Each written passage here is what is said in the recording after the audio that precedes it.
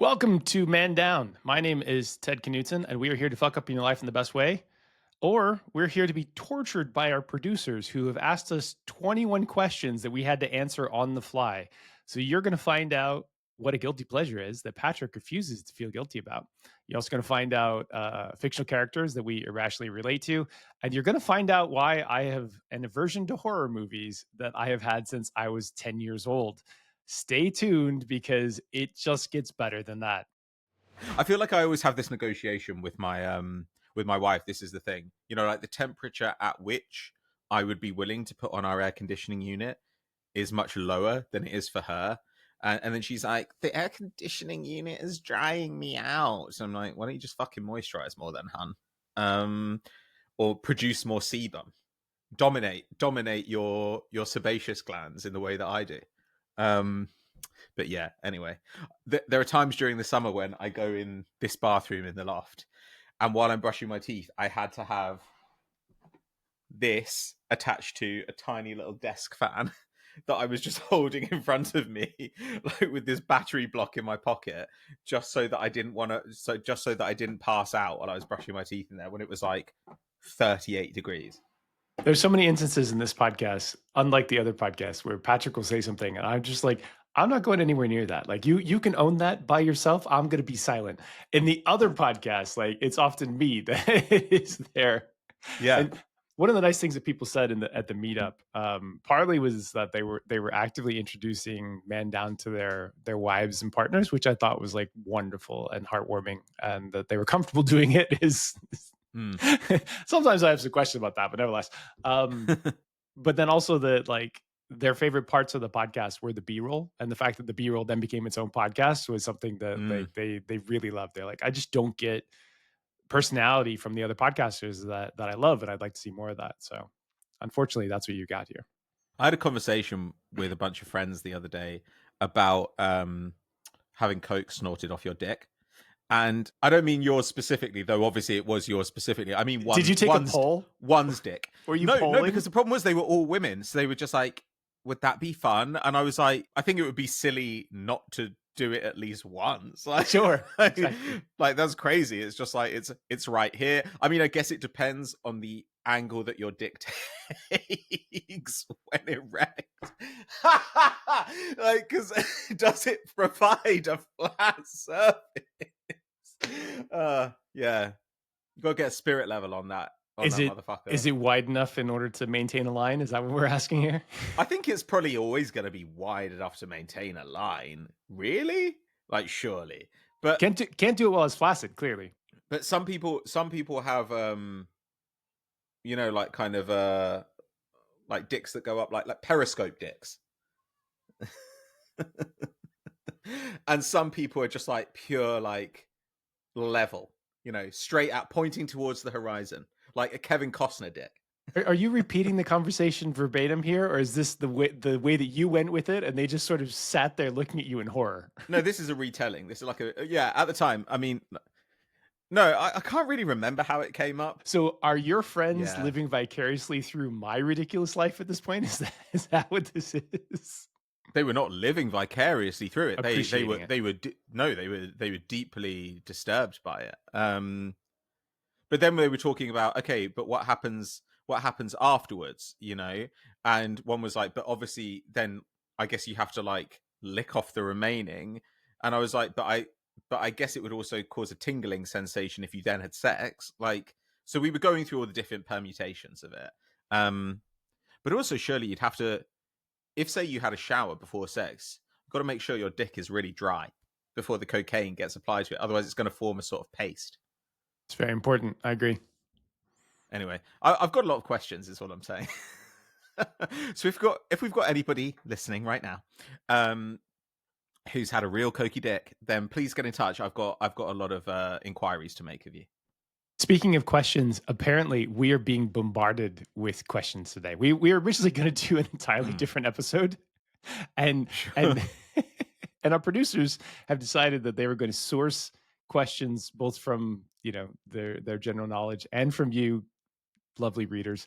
And we've just we've deviated from the plan, and we're just going to be bombarded with impromptu fucking questions, by the way. So if it seems like we're struggling to answer these, it's because I hadn't seen these before about 2 minutes ago. Yeah. Okay. I mean, they are really strong, but yeah, I was looking at them and I thought, oh my god, like we did not get these in advance. Bear with us. Okay, so should we go with number one then? What's something small that completely changed the trajectory of your life? The answer should be your penis. Like that would be fun. That would obviously be funny. But I was waiting for the punchline. I guess that was it. No, Yeah. that was it. Are you gonna answer? Or are you gonna wait for me to jump in and save you here? I was waiting a bit. I don't know if it counts. Like probability is like the thing that changed. Like my stats class in grad school completely changed the course of my life. I was like, oh, this stuff's really cool. I'm really interested in it. And like the class was like dry as hell. But the fact that I've done applied probability on that for the rest of my life has been, pretty amazing. It often is something like that. Like I'd say maybe the first lesson I had in philosophy AS level, so year 12. So for people in other countries, I was 16, and this teacher, he really liked to ask this question about what we do with aborted fetuses. And he was just like, should we not turn these into food? What are the arguments for and against this? And the whole point, loads of people immediately became outraged, and they were like, "That's a disgusting thing to suggest." And he was like, "Yeah, okay, well maybe it is, but tell me why it is. Like, talk me through your presuppositions." And I was just like, "My presuppositions? Like, oh yeah, I guess I do have all this stuff that I take as read, that I take for granted, that I'd never really interrogated." And through that, I started interrogating a lot of stuff, and that was how I stopped being a Christian. And ultimately, I don't think I'd have ever been good at anything except maybe like jumping through exam hoops if I hadn't got into the habit of questioning my presuppositions. So I'd say that was genuinely an amazing class, even though people were fuming. It was really, really heated. It was great. This is the thing that the rationalists do all the time that drives the internet insane. Like they just ask a question. And the fact like you can even like you can't ask a question and have it be like inherently wrong. Like you can have like really strong reactions to any questions, but like asking the question is not an act that is criminal unto itself. But the fact that you will ask a question in many circumstances with people that have very strong sets of presuppositions and beliefs, you is something that will get a reaction. The way that we would say this in so many of our other programs is basically if you have a strong reaction to something, you should ask why.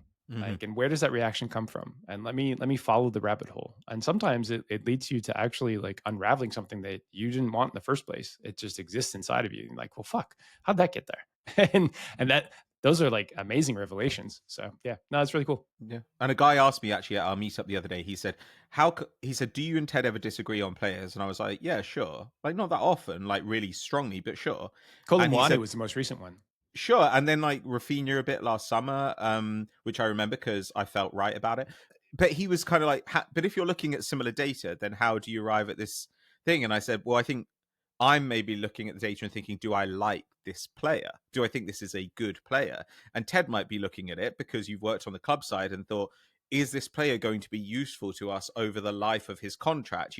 Maybe there are things this player doesn't do, but we don't care about that because he does these other things we do care about. So our presuppositions there about what's important are like completely different. Yeah, from the perspective of where we started from. Yeah, so I was like, so I learn a lot because Ted asks a question that's the angle on it I could never see because I just do not have that vantage point. So yeah, I guess it's that. This next one's spicy. If your life had a warning label, what would it say? I just immediately thought of a joke for you. Please. May contain nut. Yeah, so many different ways. Nut products. Sorry, that's is that allowed? Yeah, absolutely. I think it's fair. Okay. Yeah, I mean, in many cases, I think the adequate warning label to people in and around my life or associated with my life is, nice guy, funny, smart, probably going to become obsessed with something big. Like it's somewhere along the way, like it's going to happen and gonna work on it for years, which has happened like 3 different times. So yeah, man, I don't know. Mine is demanding. This is like this possibly too demanding. I think would be the thing there. I think I think I'm quite demanding emotionally and conversationally and in lots of different ways. I think I ask a lot of people, and maybe sometimes it's too much, but generally speaking, I think I do it even when it's good. Some of these are really hard. Like this next one's impossible, right? If you had to write your autobiography using only 3 chapter titles, what would it be? I mean, this is a great question, but like I want a week to to think about this and Mm. research it. Shit, 3 chapter titles. It's a fucking Yeah. short book, man. Yeah, yeah. I actually have so I need to write an autobiography at some point because people keep asking me like, how the hell Mhm. did you do all this stuff? And the answer is like, I mostly just stumbled into them, but some of the scenes are fantastic. Like if you were casting a movie, uh, and I know people who've had movies about their lives, so like Mm. that's why it's like interesting. But like if you were like writing the initial scene of the movie, like what would it be? And my opening scene to my book will be it's in a Caribbean dive bar. There's a stage that's got a cover band on it. There's an old guy in his 60s wearing a Sylvester the Cat T-shirt. He's got glasses, sort of like white gray hair, and sort of a big personality guy. His name's George. The woman at the table is named Paris, not her real name. George is his real name. It's a funny story. Paris is at the table, and George sits down. And is like, "Hey, Paris, tell me about these nerds that you hired. I hear they're like pretty extreme." And Paris is like, well, Ted's supposed to be here by now. Actually, I'll look around for him. I haven't seen him. Like he seems kind of the more normal one. Zvi's, Zvi's quite a character. And then in the background is James. Someone starts singing in the cover band the song "Laid" by James, which starts out his bed is on fire with passionate love. The neighbors complain about the noises above, but she only comes when she's on top. And and then Paris looks up and she's like, "Holy shit, that's Ted. He's on stage and he's singing." And that is the opening scene to my book. And like these extreme nerds that one of them just happens to be singing the song on stage. And it was note perfect. It was really good. I don't know how to follow this up, except that to say, I guess we're gonna have to do karaoke at some stage. I Just because can't I do love it karaoke. anymore very well because my voice got fucked up in COVID, and so like I always have a little bit of congestion. It's hard for me to hit the things that I used to, but it was fun. You're like Julie Andrews. Yeah, I actually checked for polyps, but Mm. yeah, I don't know if I could do this, man. Like you have to. this is a really tough one. Let's move along. Yeah, I'm let's move along. satisfied with my story. Should satisfy everybody there. Much like my. Never mind. What is a compliment that low key insults you? Okay. Um, I remember my therapist when I first started with her, but I've heard this before. She said, when you came in, I didn't know that you were going to be thoughtful." And I was like, "What?" And she was just like, I just thought that you probably played rugby or something." And I was like, "Oh, right, okay." So I was like, it's kind of a compliment in that she was saying, like, she went like this. She went, "You're kind of uh like this." Um like flexed at me, and then she said, "Well, I thought you looked like play rugby or something." And I was kind of like, this is half a compliment, but like entirely an insult. What's yours? One of my best friends in the industry. We talked about working together, and he's like, "You're a bit of a bull in the china shop, but you get shit done." And I was Mm, like, "Am mm, I though? Am I?" I mean, one of these is mm, definitely true. The other one, yeah, depends on your perspective, I guess. mm. Okay. Well, What? number Yeah, go 5 ahead. is, are we up to? Yep, What's something people assume about you that's totally wrong? I love this because I showed up in Cairo for meeting some of our team, and we were doing some stuff in person. We had some business days down there. For those of you who don't know, we had at Statsbomb, our data collection was done in Cairo. We had basically 1,000 people employed collecting data across like 6 different data products at the point that we ended. They were an amazing group and headed by somebody that is just awesome at logistics and people management. Anyway, I showed up and I was in the room with a couple of guys down there who had been part of the American Football Project, and there were 2 people in that American football team on the tech side that were just completely underperforming. And for like 2 months in weekly meetings, I had to point out how they were underperforming consistently until eventually we fired them. And I had to make Mm. it very clear to the rest of the team that these people were not at the standard that we needed them to be, and they were failing over and over again.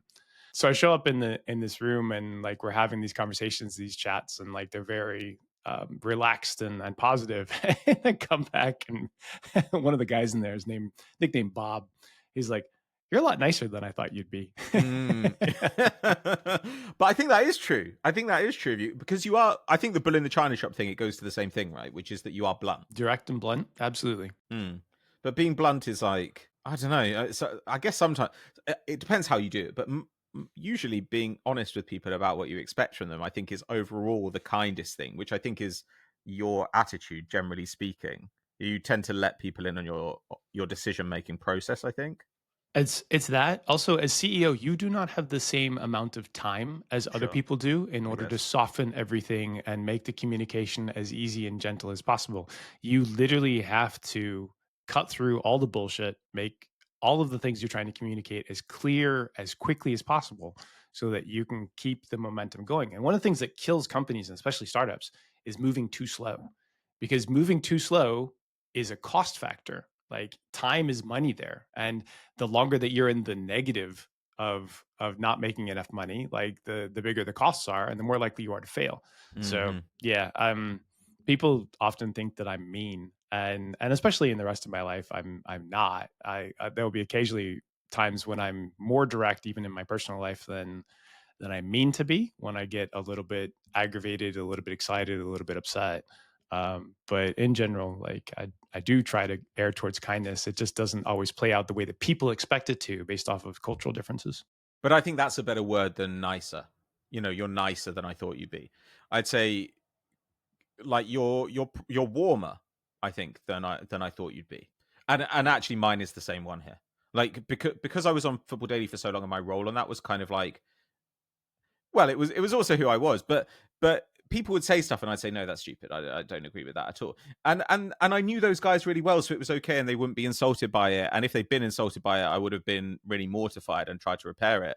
But also, I was just like, I'm going to give my honest opinion here. And we're talking about football. I mean, how serious is it? We're not talking about who we are as people. And as a result, people would occasionally come up to me because they knew me from the channel and say, oh, I was a bit worried about saying hello in case you told me to fuck off or something. And I was like, you thought I would tell you to fuck off because you said hello because you watched the channel? I would never do that. I send people, when people message me on Twitter, I send them like long replies. In fact, a guy this week said that he'd had a reply to me from a message 3 or 4 years ago Oh that my that God, he had yeah. meant a lot to him, which was And nice. there was another guy at the meetup that was talking to about James York, and he messaged James like in 2014. James sent Really, him like this really long series of stuff about getting into football analytics, and he's ended up creating his own consultancy around it. And yeah, a long really. time later, and James continued to like help him out. James is a really fucking nice guy, even if he's grumpy on Mm. historically grumpy. See, I would say he seems nice, but I think that's maybe like the West Countryness of him. Like just seems kind of approachable and friendly. But yeah, I guess that's a nice one. Would you rather be known for your mind, your heart, or your impact? When I was young, I'd have said mind. Now I would say heart. Impact, I think, is vague, but to me, impact almost sounds like legacy or something. And I honestly don't believe in legacy. I don't think it's going to matter to me. I don't think there's a life after death. I don't think that I'll live on in any meaningful way. What will matter will be the only legacy that's going to matter is with my kids. My kids, yeah, okay, they might remember, they're like, oh, dad knew this thing or taught me about that thing. What they're really going to remember is like dad cared about me and he was there. They call me Papa actually, but but he was there and he cared about me and he made me feel like my emotions mattered and my needs and my thoughts mattered, like all that kind of stuff. And to me, that's all heart material. What do you think my answer is? I think you're in a big heart zone right now. Right now it is, but it's always been impact, and it might always Really? be impact. Like Okay. I wanted to make a legacy, and I think Hmm. I probably have. Hmm. Not that anybody will really care about it, but I can look back on it, and actually, my kids can probably look back on it and be like, "Dad did cool shit, and he did it in the right Hmm. way." free football data for women's football, like really changing how that happened, like the whole world switching to data in transfer stuff. Like our American football product apparently is really starting to take off, and people are realizing how incredible what we designed is. And that is like 3 years of my life that went into that. The fucking radars, all that stuff. Like I feel like, The radars. yeah, it's impact. Not But that then like there's it. I think that's right. Like I just think that most of my life was geared towards that because I wanted to have like choose things that would have an impact. But then also, I think impact for you is maybe a little bit vaguer because in the course of the impact on the industry, you've also done things which will completely change the life that your children will live. You know, like you've talked about growing up kind of in the middle of nowhere and in a place that you felt was more backward than you were, you know, that you needed to get out of it. But your children, because of your success, but also because of where you've ended up, they're going to have a more cosmopolitan upbringing, I guess. Yeah, in a lot of cases, and intentionally, we have taken them and will continue to take them to places that they're minorities, Hmm. so Sure. that they realize like the rest of the world is not like this incredibly white, pristine Jane Austen esque area that Mm. you've grown up in. Sure. And they're cool with that actually, like whether that's Curacao, whether that's Miami Beach being like the only white people amongst like 100 brown people in view out in the sea.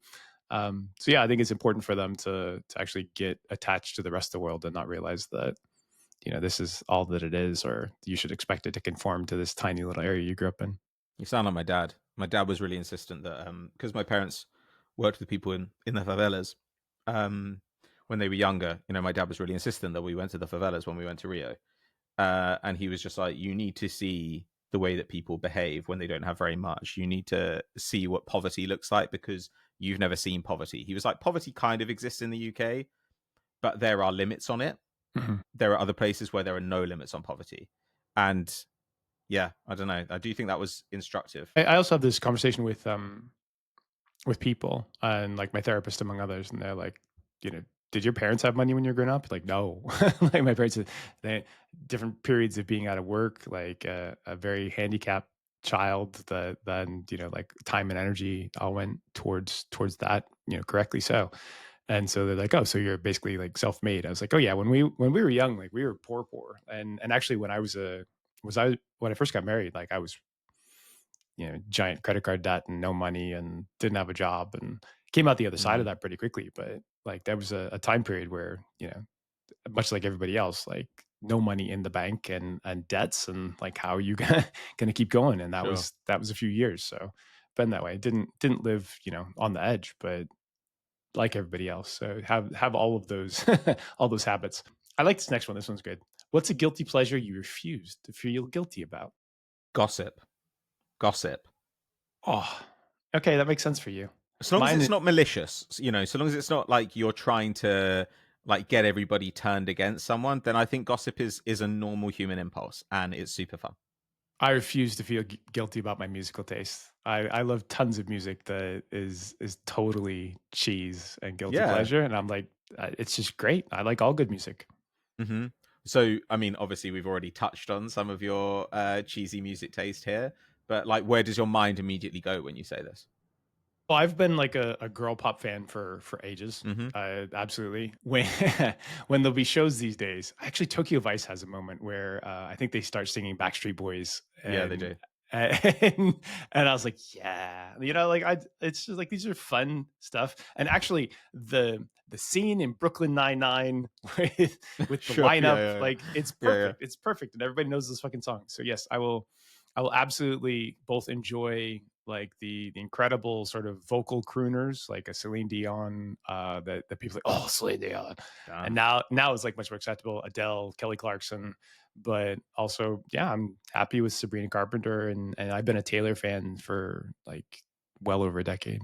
Yeah, I've got no beef with any of these people. The other thing is, I think because of all the associations with Elon as well, like the and because she does say dumb shit, everyone has turned against Grimes. Grimes But music, great. but Grimes' music is so good, man. Like I was listening to Grimes on a run this morning, and I was just like, I feel superhuman, which I guess is what she want, you know, like transhuman, probably. Grimes' music is great. As a Really person, good. she's funky as hell, but as an artist, she's awesome. Yeah, she can't name a kid, but she can make a song. She should be banned from that.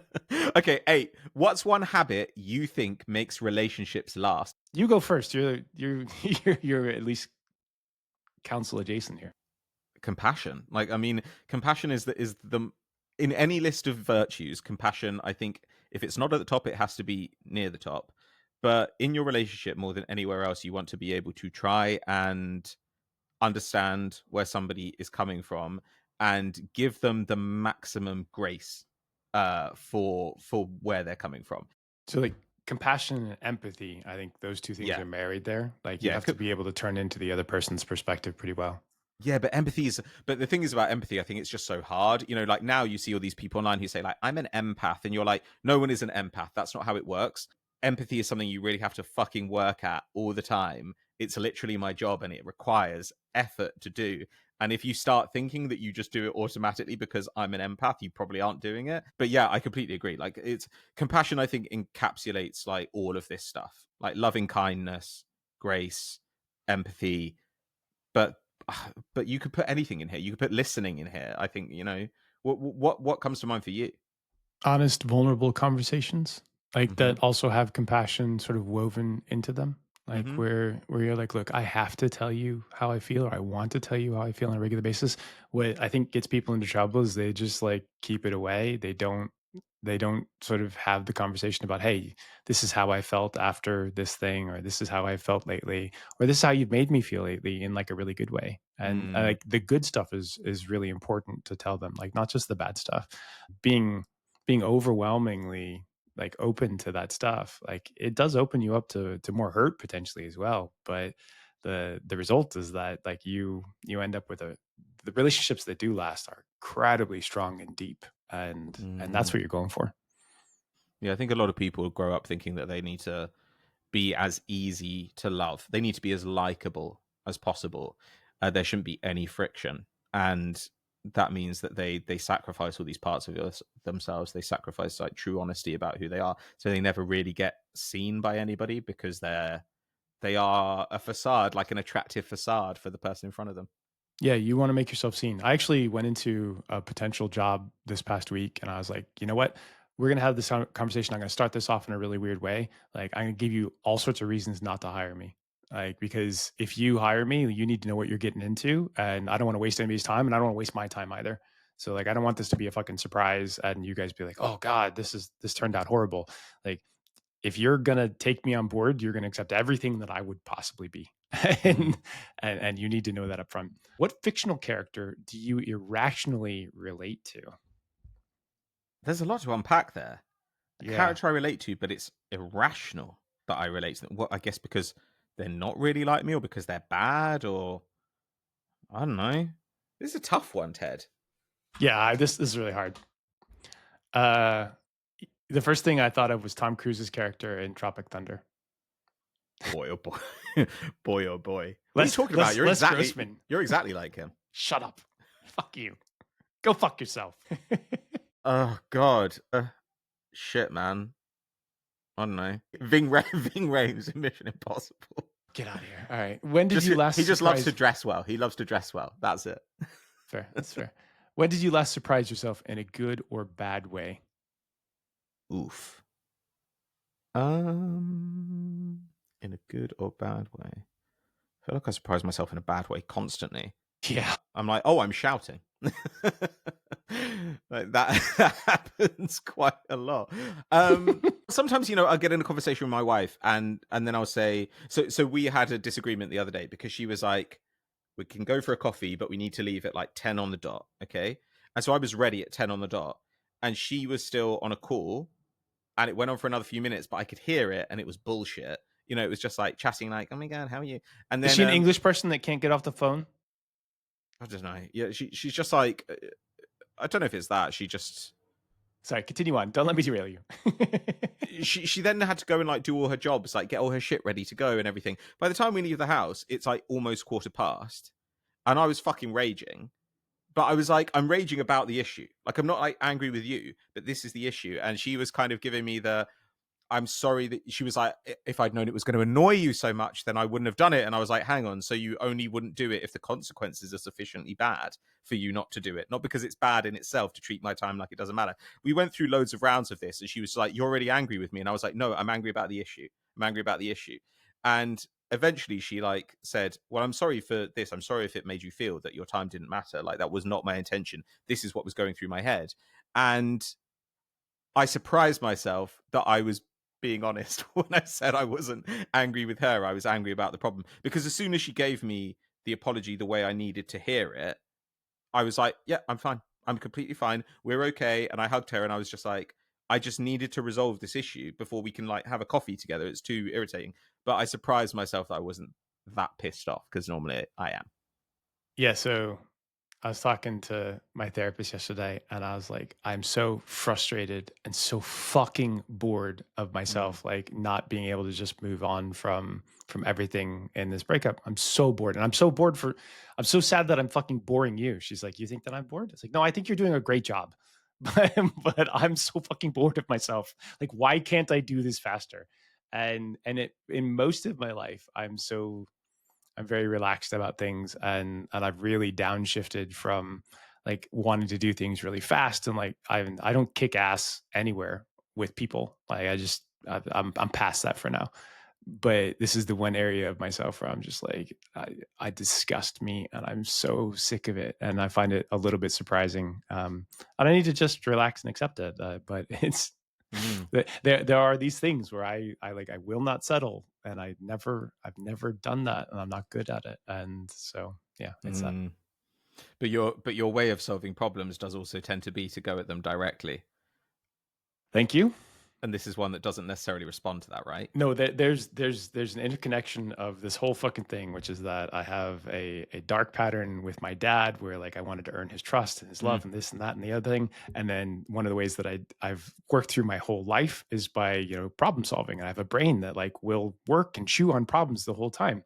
And I I couldn't solve that one. And this other one where, deeply in love with somebody that doesn't really want to be with you anymore for reasons you can't understand, much Mm. like my dad.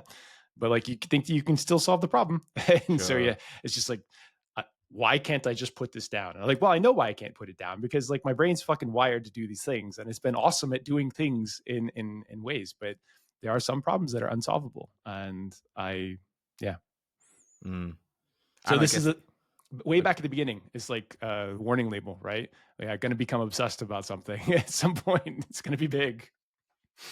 Oh, fuck me. What's a trend or a phase you fully committed to and now regret? Oh my God. this is hard. A trend or phase. I guess when I went to uni, like it was like this whole new world of like shit slang, where everything was like legend, standard, like all this fucking garbage. And I think I really kind of had to get into that to feel like I was going to be popular.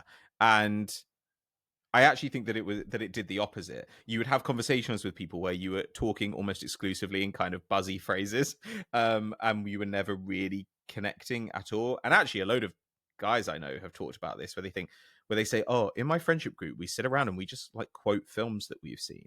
And sometimes we do that, and I love it, and I feel close to them. And other times we do it, and I think, why aren't we having a real conversation? And I thought, yeah, that was kind of what my university experience was like. I think, Fair enough. yeah. What's yours? Oh, mine's the opposite. I really wish that I gotten into crypto. I had every opportunity. I fucking didn't. Everyone around me got into it. And I'm like, yeah. Oh well. Anyway, Christianity. That's a phase I went through. so I also went through that phase for my first wife, and yeah, that one I regretted for a bit. Like just because, yeah, I was definitely wolf in sheep's clothing there. Mm. What is a quality you admire in others but find hard to cultivate in yourself? Jesus Christ, who made these things? It's a good one, man. Humility.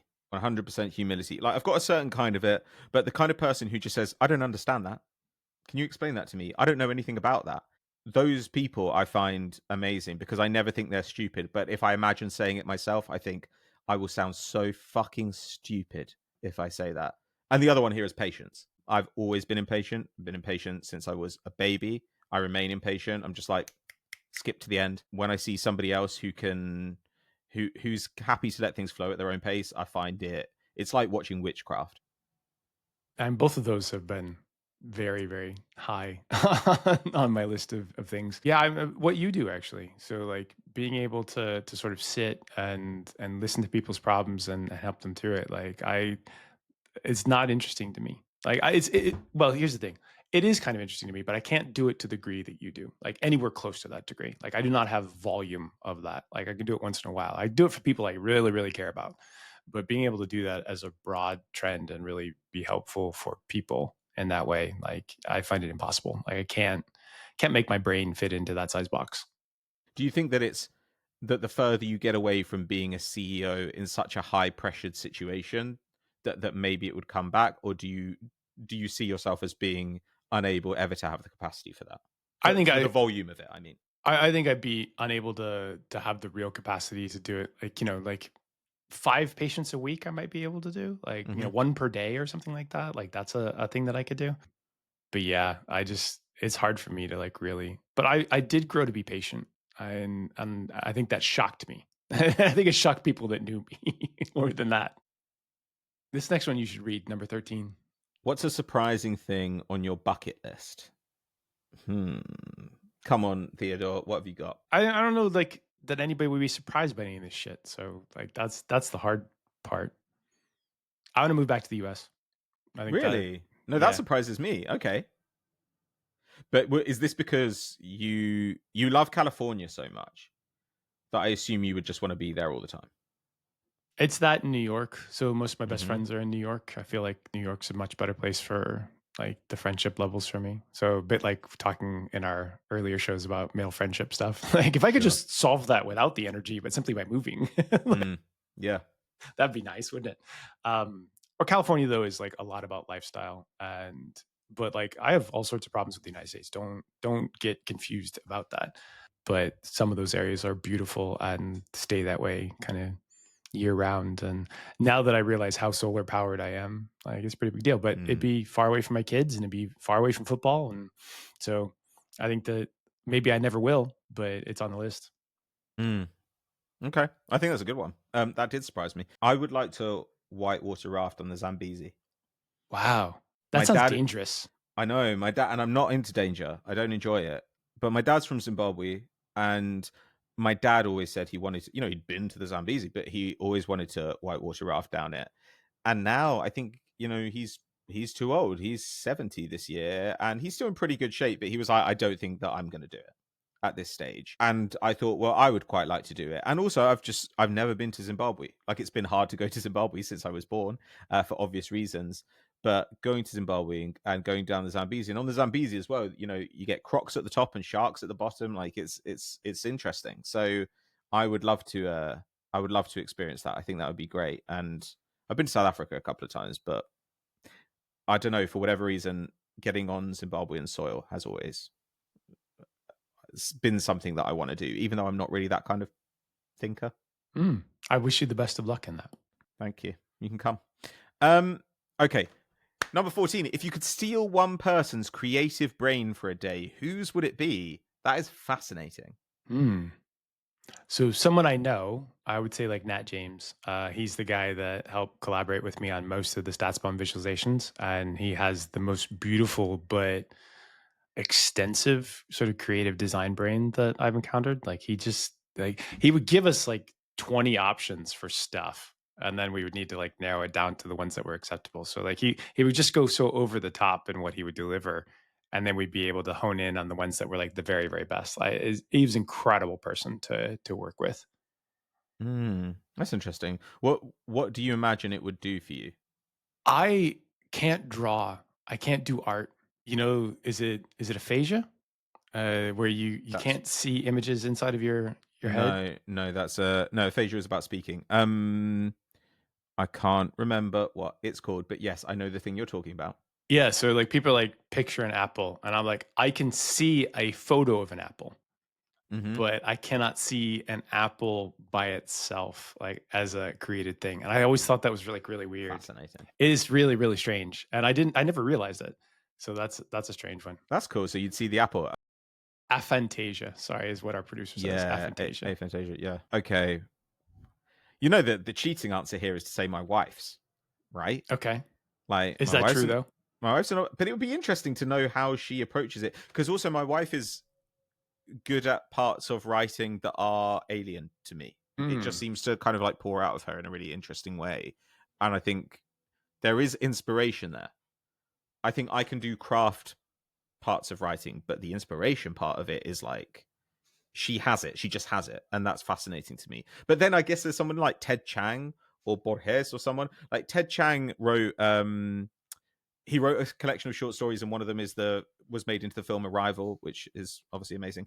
But there's such variety. He or like China Mieville, somebody like that, where it feels like they've got China's stuff is like freaky. Like the there's so many settings are like things in really it. otherworldly and so vivid. Yeah. No, I I agree with read that. The Last Days of New Paris when I was in Bath last time, like that time I saw you, and I was just like, there are kind of 4 or 5 ideas in here that by themselves would be enough for a book. But it feels like he's so prolific, or like Stephen King as well, someone who's that prolific.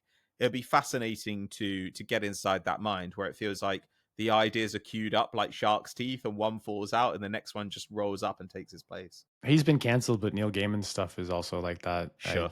And actually is it The House at the End of the Lane? Like it's so beautiful. I love that book. It was turned into a play as well, and I meant to see it and I didn't.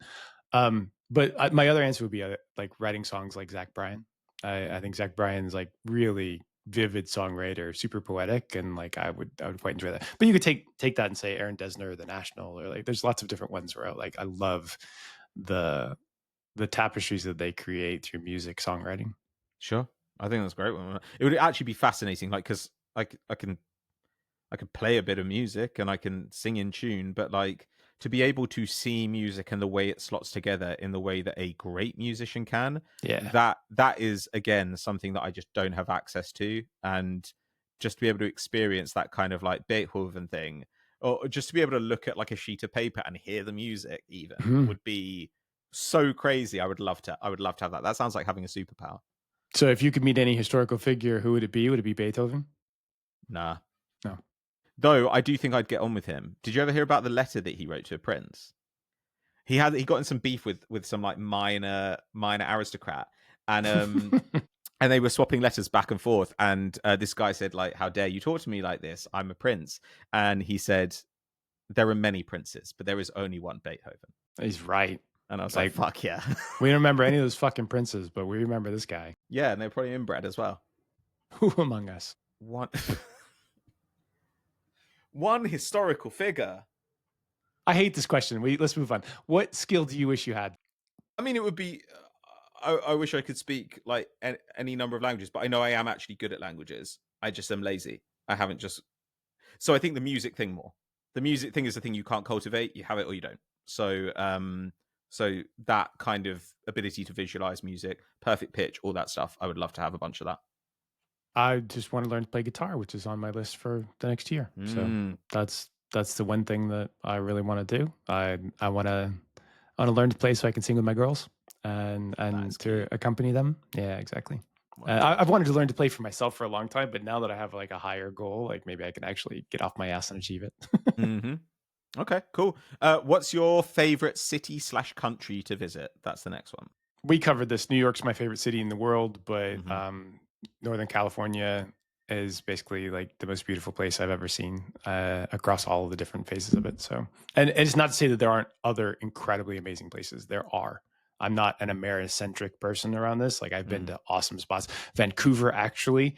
Oh my God. I cannot believe how beautiful that place is. Other folks like, you know, I've heard that like Sri Lanka is awesome. I was going to say Sri Lanka here. Sri Lanka is incredible, incredibly beautiful, and the food is sick. I had an amazing time in Sri Lanka. I'd love to go back. But Paris, Japan as well. Like Japan, like this, you can have 5 different experiences in Japan, and they're all insane. You can go skiing and surfing in Japan. I'm going to go to Japan in the next 12 months. I went there 11 times in about 3.5 years when I was doing coverage for Magic, and it was awesome. And then I haven't been since because I had kids in a startup and lived in the Caribbean. So that is on the list. Okay. Next up, what's the best advice you've ever received? Yeah, I don't have an answer for that one. That's really hard. I've had lots of great advice that has changed my life, but distilling it down into something small or something repeatable that's able to be taken up by other folks is really hard. Okay. What do you have? When I was in year 10, one of my end of term reports, my head of year said, Patrick sometimes confuses intelligence for wisdom.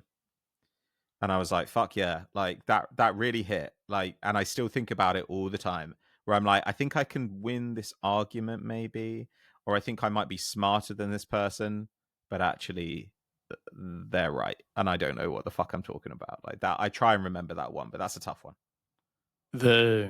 There's one that I experienced, which was don't let your ego get in the way of your goals. I think that one's pretty good. Like there'd be times when something happens that Sure. somebody like takes a shot at you and you're like, if I respond in this way, does it impact my ability to achieve what I actually want to achieve? Like then don't respond in that way. But you have to be thoughtful about it. It's really hard. It's much harder to implement than, but I don't think that's like the greatest advice, but I do think that it falls in line with your wisdom and intelligence thing. Mm-hmm. That's one you come back to a lot. What's your favorite thing about each other? Come on, Ted. Bear in mind, you can't go too long on this. That's all I'm going to say. You know, It's true. That's what she said too. Every time. we've done both versions of that joke now. I feel. No, I really like the fact that, like, despite the fact he is, the anger from Inside Out, like Patrick's actually very compassionate and wants to help people. And so the way that he comports himself in a professional manner, I find incredibly impressive given who you are in like the other facets. Cause like you are kind of a spiky, big opinion person. And sometimes the things that come out of your mouth like really surprise me. And I find it fun. I mean, obviously, like sense of humor and everything else, but this is a thing that like takes it in a slightly different direction, and I think is possibly quite a big change in your life versus what it used to be, and you've enacted that in a very strong, intentional way. Mm, thank you. That's nice. I've got to process it. I'm just trying to, I have to go back and watch this episode. We also haven't seen these before, everybody. So like these are off the cusp. I'll come back and have other ones in the future that I thought were better answers. I would say for you, I would say you're very honorable. Like, so you're exactly who you appear to be, which actually I think about a lot because it's part of my ethical framework as well as a therapist, that you need to be exactly who you appear to be. But you do that. Like, you say what you're going to do and you do it. You are, and you're also completely willing to come to somebody and say, okay, was this too much here? Can we talk about this? You're willing to take the criticism and the feedback. But yeah, I don't know. I just think I think I can basically be honest with you, and also I think you can be relied upon to do the right thing. Whereas with some bosses, you're kind of like, you've got to check in with them, and you're just like, oh, am I gonna, I don't know, am I gonna get paid then, or are you gonna help me out with this, or I'm a bit worried about this deadline or whatever. Whereas I feel like with you, I can just talk to you about it, and or you'll come to me and you've already thought about it, and I think that's very honourable. I try to be like, I want people to feel comfortable, confident, but also like shit's got to get done. Then I have expectations, and I actually want you to have expectations, whether and not you, but like employees. I have all sorts of scars from being a boss, and things that sometimes I wish I could have done better. Things that like ended up falling out and people not being friends after that. There's Yeah. like it's hard, but I really respect that and I appreciate that because like it's not just about boss. Like we talk about, walking through life in a principled way. Like man's got to have a code. And at some point, like I just really adopted that. Like I wanted that to be something that I thought was a big deal in my life because one of the big reasons is like I think all of this stuff is a compounding game. Like we want to play long-term games with people who view the world in a positive some ways so that we can end Mm-hmm. up with more and more. And you have to have a high trust factor in order to do that. And so I always comport myself in the dating space as well. Like I'm like, look, I'm gonna go way above and beyond in these cases because this is how I want you to see this. And Mm-hmm. if everything falls apart, like that's okay. But in the meantime, like I can take the ramifications if it goes bad. And I just, I'm much more willing to put stuff out there or contribute resources or whatever, because I want you to feel that comfort and, sense of security That's what I was looking for. Yeah, I think that's exactly kind of what it means. I feel like I'm dealing with someone dependable, which more and more is something I value in life. Okay, number 20. Enough of this bullshit where we say nice stuff about each other. Yeah, fuck that. What's your go-to comfort meal? Italian sausage with a can of pasta sauce and some thin spaghetti noodles. That's solid. Fucking That's really love good. it. And it's like not healthy and it's so delicious. And I'll add like little pepperoncini, little sour pepper or salad peppers to it. So it's got some heat about it. Every time I go to the United States, like that is one of my meals when I've got a place that I can cook in the kitchen. And people are like, so basic. I was like, I love it so much. No, that sounds great. I think that's what you want. You want the basic stuff. Like mine is probably scrambled eggs on toast, and it's a thing that people fuck up really, really badly. But my wife does amazing ones, and when it's really good eggs, it's cooked really well, and my wife will make it for me and like really make it with love. Like last weekend, she was doing a 48-hour fast to raise money for the Samir project, doing work in Palestine, and she was like, I really want you to let me cook for you. She said, I feel like cooking will give me some degree of normality around food. And I was like, okay. She said, can I make you scrambled eggs on toast? And I was like, oh my God. And so she gave me this plate of it and she'd put so much effort to it. And it's the fancy eggs that we buy for our fucking pampered daughters. And it was just the best. It made me really happy. And then I had some Perello olives as well. Boy. So I feel like I need to explain this thing. The US has great Italian sausage available everywhere, and Italy has great Italian sausage available everywhere. It's like a fennel sausage that has some heat to it. Like the UK very rarely has this. There's a couple places that are like Italian butchers that'll make this version of sausage, but it's not widely available. And so this is why I have to go to the United States. In the UK, what I'll do is I'll buy a bag of the pre-made gnocchi from like Sainsbury's or Waitrose. I'll fry it in some butter. So I'll pan fry it in some butter so it gets crispy on each side of it. Sure. I'll have some bacon next to it and then like a bit of tomatoes that I'll cook the bacon, toss that on top, like just heat the tomatoes through as you do it. That is my most basic comfort food that I probably eat every other week in the UK. That sounds so good. Yeah, it is, and it's so simple. It's like, 10 minutes of work. Like you get the lardons already chopped up, toss them into a little pan. Yeah, mix it all together. It's fat, it's delicious. You get potato pasta. Ruby Tando has a quick gnocchi thing where it's with chili crisp and capers. Yeah. Oh, it's unbelievable. I just want the sharp, salty, hot. Yeah, hot. Oh, the best. Sexy. Okay, last one. What have you changed your mind about recently? I'm not letting you ask this question, Ted, because I need you to answer while I think about mine. I don't have an answer for this. But I feel like you must have a lot because you've been going through such a period of self-exploration, which is not as, not as pervy as it sounds. But like you've been going through therapy and really like doing some inventory. Therapy is literally probably the big one. But a lot of the things, so the reason why it's hard for me to answer this question is partly that like it's not, a lot of the stuff is thinking from first principles and not stuff that I've changed my mind on. I just hadn't thought about it in depth before. And so in many cases it's like, did I have an opinion before and have I changed my opinion now? Therapy is the best answer for that. I definitely changed my mind and my opinion on therapy because it has provided me with like so much utility. And I wish I'd done it while I was a CEO because I think it would have really changed my approach to business, but also my approach to my marriage. Yeah. Oh, that's a good one, man. Right, but you're ready for it when you're ready for it, right? Like you can lead a horse to water and all that. Yeah, stubborn ego. If there's one thing I'm good at my fucking life, it's being stubborn. So But the funny thing about this is the answer I'm about to give, we're kind of taking something from each other a little bit.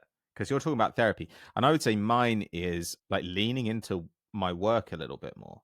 I think over the last few years, because I've, been tired and had the kids and stuff, my attitude has been when I have free time, really try and use it as free time, really try and relax with it. And I think that's important. But lately, I've also just tried to take more stuff on, whether it's going out of my way to go and see friends or whether it's like taking on a little bit of extra work when I can, like being realistic still. But last week I was really slammed and I was like, well, I still want to take on this bit of extra work because I think I will enjoy it and I think it will be good for me. And I think it would be the collegial thing to do, in that situation to help people out. I think that actually I appreciate my time more when I do that. And also I started feeling really good. I had a day where I was super productive running from one thing to another, and I thought I totally forgot this kind of high. Yeah.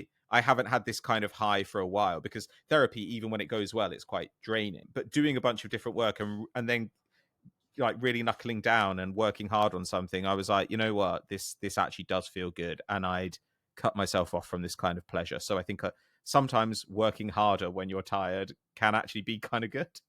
Yeah, and sometimes like when you're a little adrift in like your personal life, but not in Mm, ways that are easily addressable, yeah, like being able to lean into work to have it occupy things in a way that still makes you feel good, I think is really valuable. yeah. Mm. I really like these, man. These are interesting questions. For the most part, obviously, a couple of them garbage, but it's just interesting hearing how you approach them, I think. Hmm. We have two more that are listener questions. One of which we're not going to answer unless it's a whole episode, which is top 5 favorite films and books of all time. That's an episode at least. That's crazy.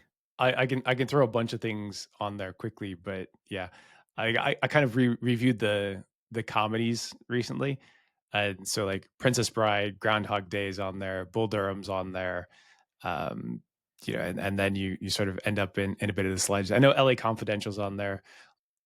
I love Fight Good Club. Some choice. people hate it. I think Fight Club like really made me think like very hard. Pulp Fiction was the last like Pulp Fiction is the movie that I walked out of the theater that I was like, "What the fuck did I just watch?" Right? And not in Mm, like a bad way, but in a questioning everything about like movies and media and cinema, because I watched it in the cinema when it came out. So yeah, it hmm was a different time period. It's much like saying, you watch The Sopranos and then you've seen everything that's come after The Sopranos, and you're like, yeah, The Sopranos is fine. Like, if you know that nothing came before The Sopranos really in like the great TV space, and they weren't doing these awesome things on a show by show basis and couldn't do it for like many seasons, like you kind of change your perspective around that. So that's like my son watched like Star Wars recently, like the original A New Shit. Hope, and I was like, he's like, "Yeah, it's like fine." It's like, now, let me tell you, what if like there was almost no other science fiction or anything like this before? Does that change your opinion about this thing? He's like, yeah, probably. He's like, exactly. So there's nothing that you could steal from a million times, like bring it into. Anyway, that's my film's take. Like, this is not in order. This is not precise, but those are awesome ones. L.A. Confidential, I actually want to rewatch soon because it's that fucking good. Man, I've seen that film so many times, and it's like if it's on, you end up watching it to the end, and it's Yes. so relaxing. All the performances are incredible. Yeah, I love that film. Also, read the book series, by the way. Like Sure. Elroy's stuff on L.A. is so good. The funny thing about that is my father-in-law read it recently, and he was like, "I know you've seen the film, but have you read the book?" And I said no, and he gave me the copy. He was like, "Please read it. It's so good. We need to talk about it." So it's sitting on my bedside table. 5 films off the top of my head: Jaws, undeniable classic. Dude, Out of dude. Sight, the Steven Yes. Soderbergh movie with Clooney and Oh, J-Lo. one of the hottest, sexiest So good. films that isn't hot and sexy in like any obvious way, but It's the there are best. so many moments in that are sizzling, and I've forced people to watch that. I have absolutely done it. And it's got half of my favorite actors in supporting roles, like Samuel L. Jackson's in it, Michael Keaton's in it, Dennis Farina's in it. Like it's Yes. Luis Guzman is in it, Catherine Keener. Guzman's. Like the cast just goes on forever and ever, and it is the script is incredible, the Steve music Van is Zandt and dumb stuff. incredible, Yeah. incredible, and it's maybe the best edited movie of all time. Clueless, obviously, timeless classic. Yi Yi, Edward Yang movie, Taiwanese movie, great.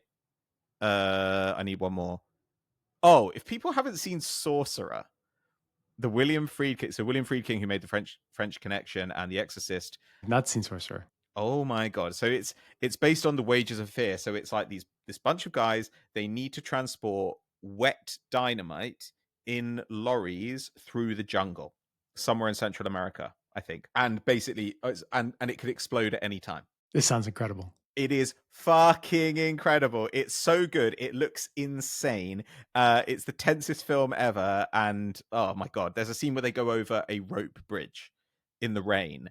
And I swear to God, the whole time you're sitting there going, "Oh fuck, fuck!" Like it's the best. I recommend it to anyone. It's sick. That's excellent. All right, we got one more from the listeners, and I think this is a fun one. Do you have a hyper-specific memory of a mistake you once made and vowed never to make again, and you've succeeded? Example, I microwaved a ramen meal in a plastic bowl once as an 8-year-old without adding water, and my siblings held it over my head. As a result, one, I never cooked ramen in the microwave. Two, I always triple check for silverware, plastic wrap, etc. when using one, even if I know for a fact the former and the latter were never involved in the process of the food that I'm cooking. They held it over your head. It's kind of amazing. I choose to take that literally rather than figuratively. Oh yeah, actually, I had a girl coming over when I was like 14, 15, and my parents were out, and I put like a red coat over a light because the light was too bright, and the light bulb set fire to the lining and it Yes. melted to it, and we only noticed obviously when it started to smell of burning. And ever since that I was like, never ever ever again, because it really killed the mood, and my mum was really angry with me when she came home. I've managed never to do that again. There's so many that have happened since I had kids, Mm-hmm. including like slime being banned from the entire house. That makes Like, do sense. you remember the period where like people would make slime at home all the time? There's like endless videos of making Yeah. slime. Yeah, like we had a carpet get dyed bright pink because of slime at some point, and it's like, yeah, Jesus. okay, this shit's banned forever. And my kids were like, "God, you're so mean." It's like, no, children, we're just not going to ruin any more things. Tons of these things are the exact ways that you learn how to do it, right? I think I actually microwave through a burning thing of ramen at some point. Mm. I can't remember if that was testing. I definitely have seen what happens when, I was like 10 years old and a fork got stuck. Anyway, it doesn't matter. But I also do things that my ex-wife was like, "You're insane. Like, you'll actually stick a knife in the toaster." I'm like, "No, I stick a knife in the toast to like drag it out. I'm not putting I it do in the that. toaster." I do that. That's fine. The I think I might have mentioned this before though, but I realized when I was dating somebody that was really into horror movies that I have a complete aversion to horror movies. Mm. Despite the fact that like I'll watch basically anything. I'm totally chilled out about it. And then I had to go back and figure out why do I have a horrible aversion to horror movies. And when I was 6 years old, my babysitter watched Poltergeist with me on the couch while she with her boyfriend, and so like I'm totally freaked out about Carol Ann and porcelain dolls My and all the God. above. And Sick. then when I was 10, a cool kid down the street invited me, like we were kind of hanging out together, and he was like a year older, and then he had an older brother. And it was daytime. It's like ride bike down the street. You're just trying to find something to do every single day to fill your time in the summertime. And he's like, "Dude, my brother has this awesome movie. We're gonna watch it." It's like, all right, cool. So I show up and I'm trying to be cool about it, and we watched Nightmare on Elm Street. Oh shit. It's Daytime, like genuinely nasty film. daytime, 10 years old, Nightmare on Elm Street. I can't sleep for 2 months. And I can't tell my parents why I can't sleep because I would get in so much trouble that I would be grounded for watching the movie that I knew I shouldn't have watched. So looking back 40 years later is like, oh, now I see why I don't watch horror movies anymore. Mm. So there you go. That is something that has stuck with me the entire time. Oh, we gotta get Ted into horror films. I'm not a huge horror guy either. I feel like too obsessive for a lot of them. You know, like my wife watches them and she's like, "Yeah, that was a good time." And I think I'm gonna need like 6 weeks to to think about this. Yes. Mm. Oh I well, like I There you go on. go. Sorry. No, I think that's my best explanation I can have, and actually a very lasting impact, which is what I think the question was asking for. Well, I think that there's a a regression thing there that your therapist can attempt with you. That'll be interesting. No, Okay. unnecessary. All right. Fine. Okay, so I think that really, really does wrap us. So thank you to our producers who produced these both wonderful and horrifying sets of questions Mm. that we had to think through on the fly. Ah, For so your mean. listening pleasure. For your listening pleasure. And for those of you who did not find pleasure from this, there are other ways to find pleasure, mostly through self satisfaction. Thank you so much. Like, subscribe, 5-star review. Tell your friends and your girlfriends, maybe not about the self pleasuring bit. And we'll see you again next week. Tell the nice people goodbye, Patrick. Bye bye. See you next time.